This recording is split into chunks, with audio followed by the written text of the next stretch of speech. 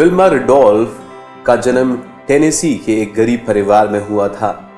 4 साल की उम्र में उन्हें लाल बुखार के साथ डबल निमोनिया हो गया, जिसकी वजह से वह पोलियो से ग्रसित हो गई। उन्हें पैरों में ब्रेस पहनने पड़ते थे और डॉक्टर के अनुसार अब वो कभी भी चल नहीं सकती थी। लेकिन उनकी मां हमेशा उनको प्रोत्साहित करती रहती और कहती कि भगवान की दी हुई योग्यता, दृढ़ता और विश्वास से ही वह कुछ भी कर सकती हैं।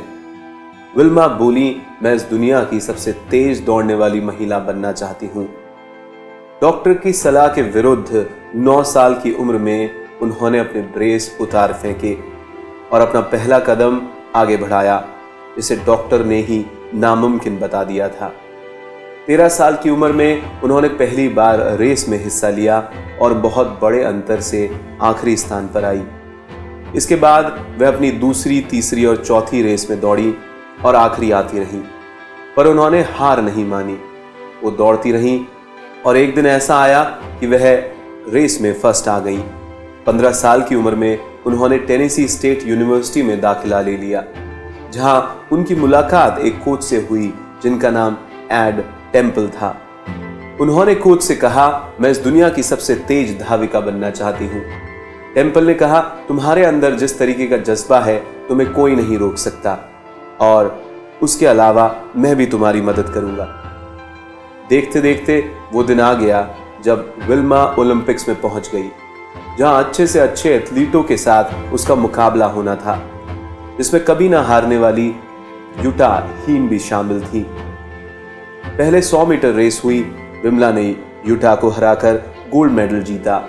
फिर 200 मीटर का मुकाबला हुआ, जिसमें भी विल्मा ने यूटा को पीछे छोड़ दिया और अपना दूसरा गोल्ड मेडल जीत गई। तीसरा इवेंट 400 मीटर रिले रेस थी, जिसमें अक्सर सबसे तेज दौड़ने वाला व्यक्ति अंत में दौड़ता है। विल्मा और यूटा भी अपनी अपनी टीम्स में आखिर में दौड़ रही थी।